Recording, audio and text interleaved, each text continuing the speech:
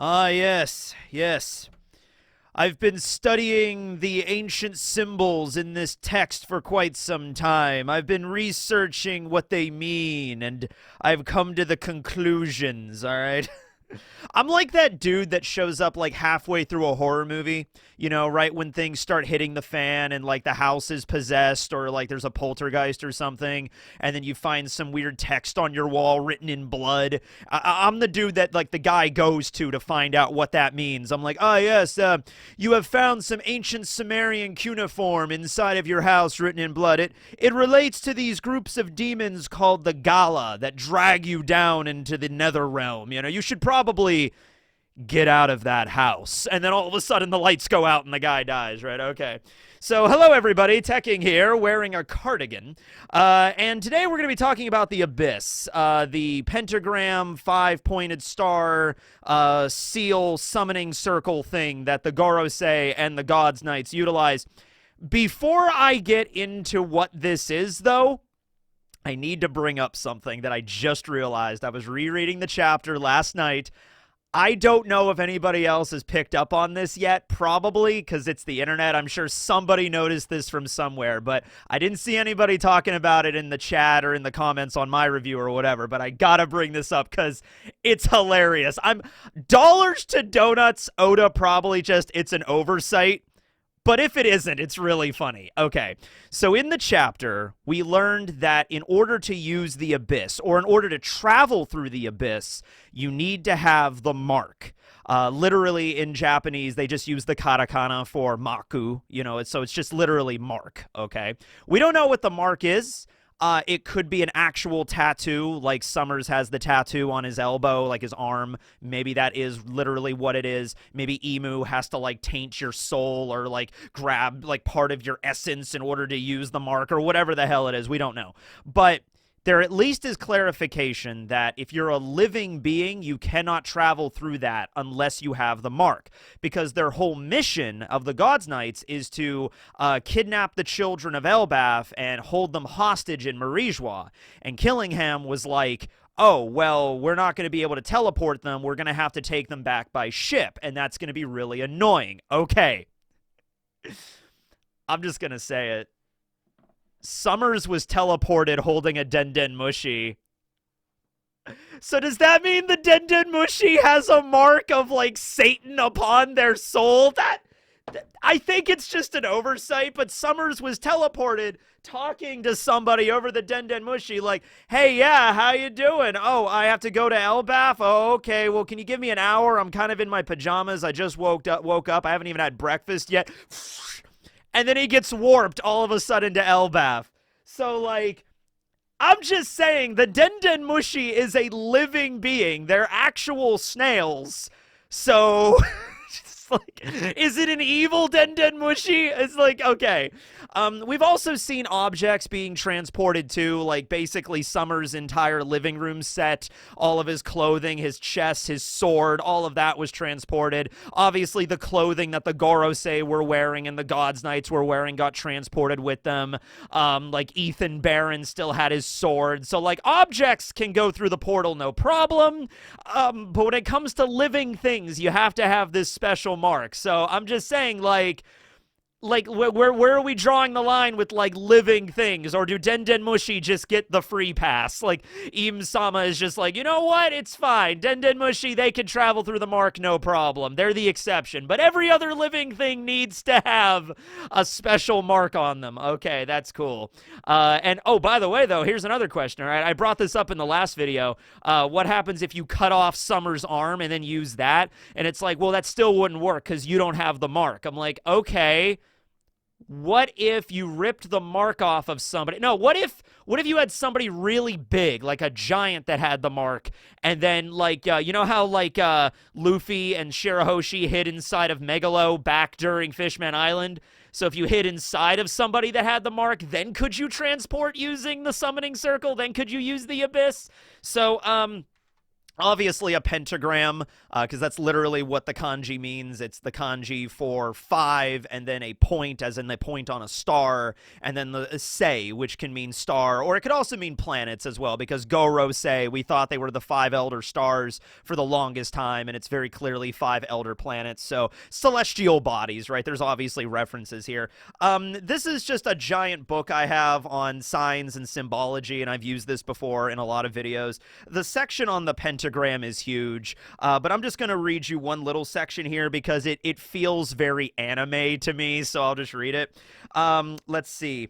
Pythagoras held that the 5 was the number of man because both the division of the soul and the body into 5 parts each. Furthermore, the 5 parts of the pentagram represent the elements of earth, air, fire, water, and psyche. Or it could be psyche or it could be ether, depending on various traditions, because that 5th element pops up in a few different ways. There's also wood, which is an element in like more Eastern traditions rather than like Western ones.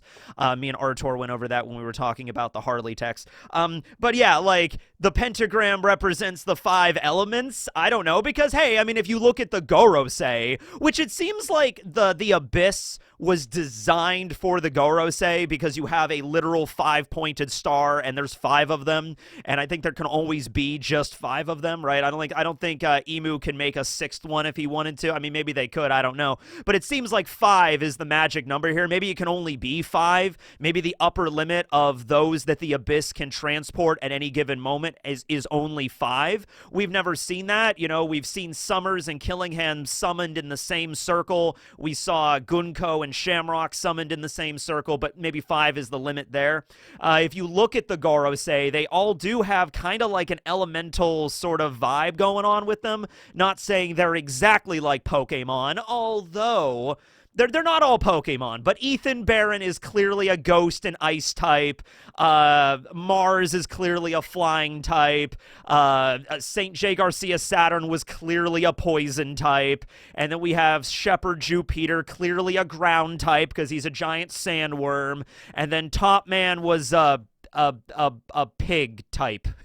He was a boar. I don't know. It was normal. He was the normal type one, I guess. Yeah, I had to include. Hey, look, normal might not be the most exciting Pokemon type out there, but we still need normal Pokemon. My favorite Pokemon ever, Porygon, of which I have a little shrine over here, is my favorite Pokemon, and he's a normal type. So yeah, who's your favorite normal type Pokemon? All right. Anyway. Maybe it's something to do with elements. Then again, the pentagram has been around for so damn long, Oda could pretty much incorporate anything into it that he wants. All right. Or it just be like, hey, it looked cool. It looked cool. The world government is led by a bunch of creepy yokai and an immortal demon ghost vampire monster in Emu-sama. So it would only make sense that they summon with like a 5-pointed star with evil black lightning and smoke billowing out of it. It's theatrical, if nothing else, okay? It's extraordinarily theatrical. Hey, remember that time that Brook was summoned via a summoning circle on Namakura Island? Yeah, I remember that one. Yeah, that was fun. So this got brought up a couple of chapters ago where they see the summoning circle in the throne room in the castle, and Nami is like, oh, I've read in books before that certain cultures in the world will attempt to use summoning circles like this to summon demons or, you know, like Satan or something like that. And sure enough, that was the case. In Namakura, in the land of Hungaria, not Hungary, Hungaria, it's a play off of it, it's a pun, but it's Oda, yeah. So we had those people all wearing the cloaks, right? And they had drawn a summoning circle on the ground. It wasn't really a circle, though. It was like 2 overlapping squares with the 5-pointed star in it, and it was an inverted 5-pointed star. So maybe they messed up the summoning formula a little bit. It's actually kind of interesting. Like, if you were to figure out the exact formula for this summoning circle, like the Abyss, okay? So if you were to draw the Abyss exactly as it appears in the story, there is text around it, and it's important to keep in mind. I'm using the image from the spellbinding circle in Yu-Gi-Oh! Because I love Yu-Gi-Oh! That's not actually what it looks like in the manga, and we don't really know what that text is, but I'm curious, like, if you were to figure out the exact formula for this summoning circle and you were to draw it on the ground as just an ordinary person, would it work? I mean, I guess you still need to have the mark, you still need to have that, but would it be an active summoning channel? So here's the question. Like, if somebody, like, I don't know, goes into the books or something and they figure out this formula and they paint it on the ground, would Emu know about it? Would Emu be, like, just hanging out on the empty throne, like, reading his book and just being like, who the fuck just opened a summoning channel in the South Blue? Top man, you go deal with this with your normal type Pokemon powers. Is like, okay, and then, somebody just randomly just like, I read it in a book. I found this really old book in the library and I drew this cool looking symbol on the ground. Doesn't it look neat? And then black lightning spews out of it and then Top Man walks out like, what is going on here? He starts like destroying the summoning circle, like, you're not allowed to do this, and then blows up their heads and then he leaves. Like, I'm curious, like, would it work, right? Like, if the people on Namakura got the formula correct, would they have actually summoned Satan, who might be Emu-sama in this context? Who knows, right? Okay. But anyway, no, they didn't summon Satan. They summoned Brook. I mean, honestly, hey, I'll tell you what. I've seen Tenacious D. I think Brook could have given the devil quite a run for his money there, okay? I mean, like, let's be honest here. The devil definitely won the rock off at the end of that movie. But I think Brook pulling out his guitar and vibing with the devil, I think he could have maybe pulled out a victory on him right there. I think it's very possible, right? Okay. So, fast travel in One Piece at this phase. Okay, Ohara made a video about this a couple of days ago, and I watched that, where he's talking about, like, okay, this is now a very different system that exists in the story, right? We have fast travel, we have these portals. There are limitations, there are stipulations, but does this, like, ruin the overall vibe of One Piece? And I have to say, I don't think it does. Now, if Oda would have incorporated this earlier, I think it would have. I think he would have. If Oda would have introduced the idea of summoning circles like in volume 23 or in volume 57 or in volume 66, I'm just throwing out numbers at this point. But at any point earlier in the story, yeah, I think it would have. But we are in the final saga now, and I think what makes this work is that we have had over almost 28 years this July of Oda building up this world, building up the planets that the Straw Hats and everybody live on, and all of these different locations, okay? So I think the fast travel thing is warranted because now here we are almost 30 years into this story, and we might have a mechanism to, like, explore all these areas again that we might not have seen for quite some time, like the Straw Hats journeying to, okay? I think for a final saga reveal, it works, and I also think this is something Oda's had in his back pocket for quite some time. I also don't think it's any coincidence that we don't really get the teleportation devil fruit until also recently, which Van Augur's teleportation fruit, it does allow him to warp, but it's not the same kind of teleportation as the Abyss, okay? And he even mentioned it during Egghead, like, I can't teleport island to island, I can't go to the other side of the planet. I'm gonna say his range on that thing is probably only around a kilometer or so. He couldn't even go from Egghead to the ship that they took to Egghead, and it was, like, docked outside of the island, obviously. Like, he couldn't even warp back there, like, right away. So, like, yeah, it's a teleportation fruit, but it's not the same as this, okay? So, as for, like, Oda's perspective, like, I'm gonna take 30 years to establish this world, all the different locations, how far away everything is to everything else. Like, at this point in the story, if you've been paying attention, and if you care about geography, then you should know just how far Marijua is to Wano, or how far Dawn Island was to Marineford, or something like that. Like, you would have a general idea of how far everything is. Even Kuma, when he, during Egghead, when he activated his ability, the Pawpaw Fruit, and he sent himself flying off from Kamabaka to get all the way to Egghead, that took him, like, over a day, with him, faster than a speeding bullet, just, not warping, but, like, traveling really fast through the sky. Then he slammed into the red line. He had to climb all the way up, and then he had to jump off again. You know what I mean? Like, we know how far away everything is, and so after this establishment, this ultimate establishment of where everything is, that's when Oda's like, okay, we have fast travel now. All right, we have magical portals that the Gorosei can use and the God's Knights can use and maybe other people can use too. I mean, we learned the rule that you have to have the mark, you know, and I was going to say that maybe the God's Knights could issue the mark to you, you know, kind of like knighthood or whatever. It doesn't take a king to make a knight. Any knight can make another knight. Maybe something like that, like the God's Knights can give you the mark. I now bestow you the mark of Imu. It's like, no, that's not the case, because they mention that, like, oh, we have to take the children back to Marie-Joie via a ship. You know, we won't be able to just teleport them. If they were able to just give them the mark, I think they would probably just do that just for the sake of brevity.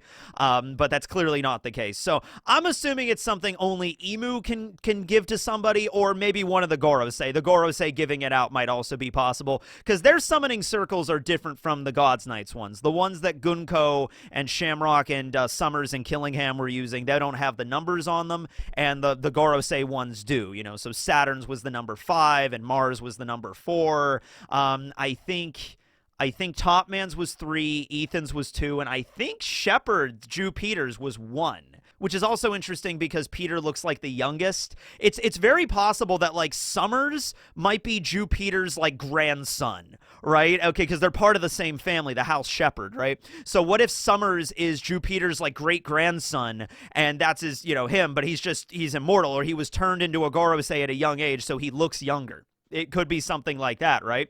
Because we didn't really see, the only members of the Gorosei families that we know now are Summers and Jupiter. We don't know any of the other members of, like, the Ethan Barron family or the Jay Garcia family. I wonder how they're reacting to Saturn being, like, killed, you know, just like, you know, he's like being kicked out of the Gorosei. I don't know how they're responding to that, or if there's going to be a punishment for the Jay Garcia family in general, or, you know, I don't know, because they picked Garling, or Emu picked Garling as the new Gorosei, so it's clearly not just a familial thing. Like, oh, Jay Garcia, Saturn, you know, he failed, so the next member of the Jay Garcia family will become a Gorosei. That's clearly not how it works, right? I guess it's whoever Emu wants at a particular moment. So let's talk about Gunko a little bit here, because Gunko in the last chapter was the one to actually create the Abyss. Now, is that anything in particular to her powers? Something related to Emu? Like, did Emu give her the ability to create the Abyss?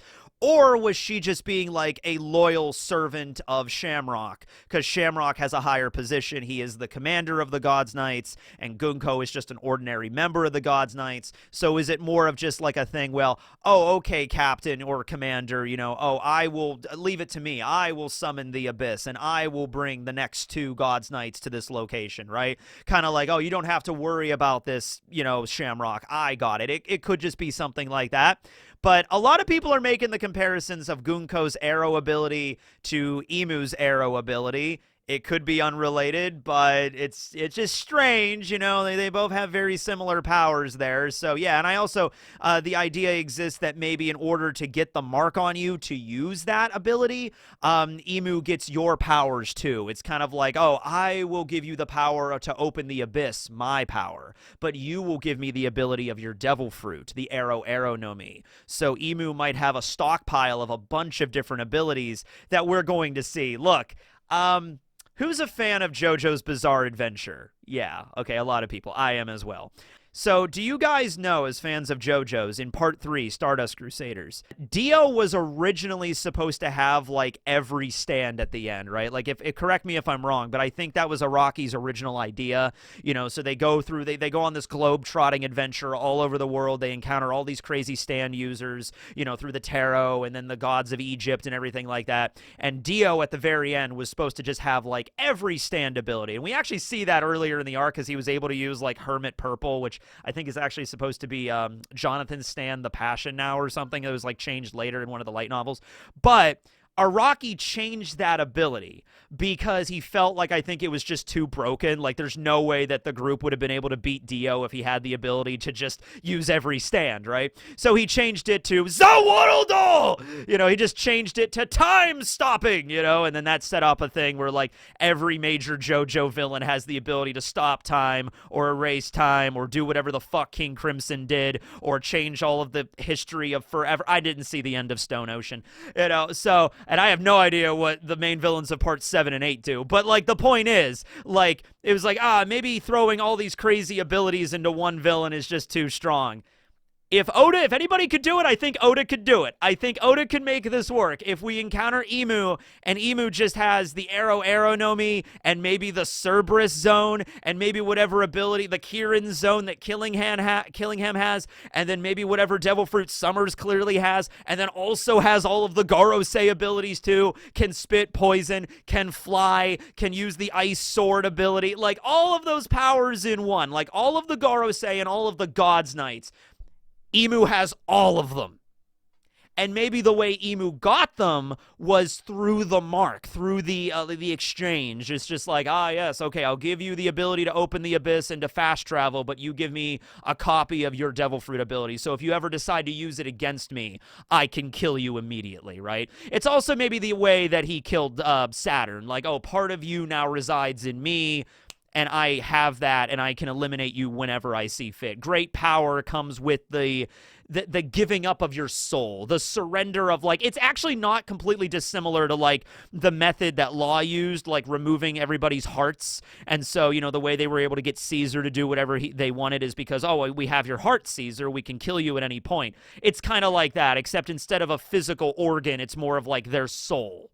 I also wonder if there's two different types of the Abyss. The kind that you can just summon right away, like Gunko didn't draw anything. Gunko just raised out her hand and just like, I'll open the Abyss. And her arrows kind of unwound around her, and then boom, the magic circle just appeared right in front of her, right?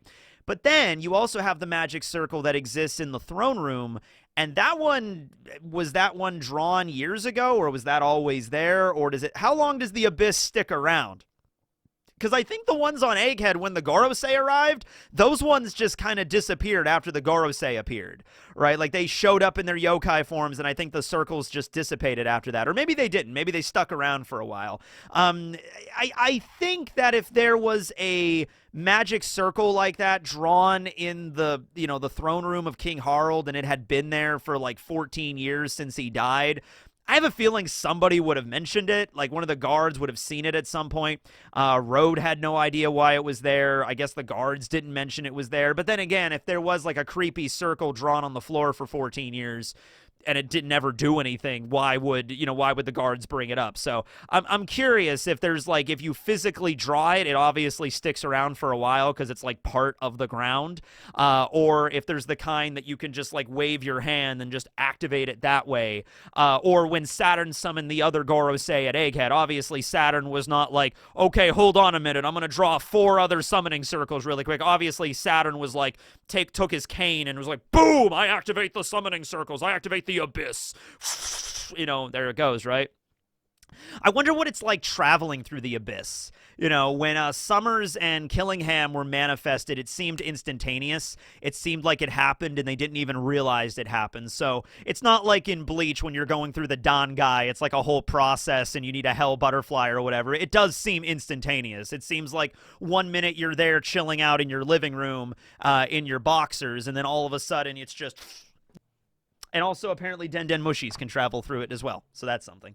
All right. Well, anyway, that's just like a quick little video. What was that, like probably over 20 minutes because I'm me. But like that's just a quick little video on the Abyss and talking about it and how you could transport yourself through it. And I think it's fine in the story right now, honestly. I think at this point in the final saga, when we're only a couple years out from the end of One Piece, or maybe at least 5 or 6, like about a decade out from the end of One Piece, I think it's fine. If Oda incorporated this really early on, I think it would have not fit too much, and I think it would have been too broken. But now that we're in the end game, anything flies now. And we also need a way to make the Gorosei, like, intimidating, and the ability to, like, and the God's Knights as well, and the ability to, like, transport themselves essentially anywhere they need to go is a pretty powerful ability in this world where, yeah, so much revolves around ocean travel, and there's not that many flying machines there, and there's only a certain number of devil fruits that allow you to go and traverse, like, long distances in a relatively short amount of time. So just having the ability just to, like, open a channel and just warp to a location, that's pretty busted, and these are the final villains of the story, so it only makes sense. All right, anyway, thanks for watching, everybody. This is Tekking wearing a cardigan, signing out. Later, everyone.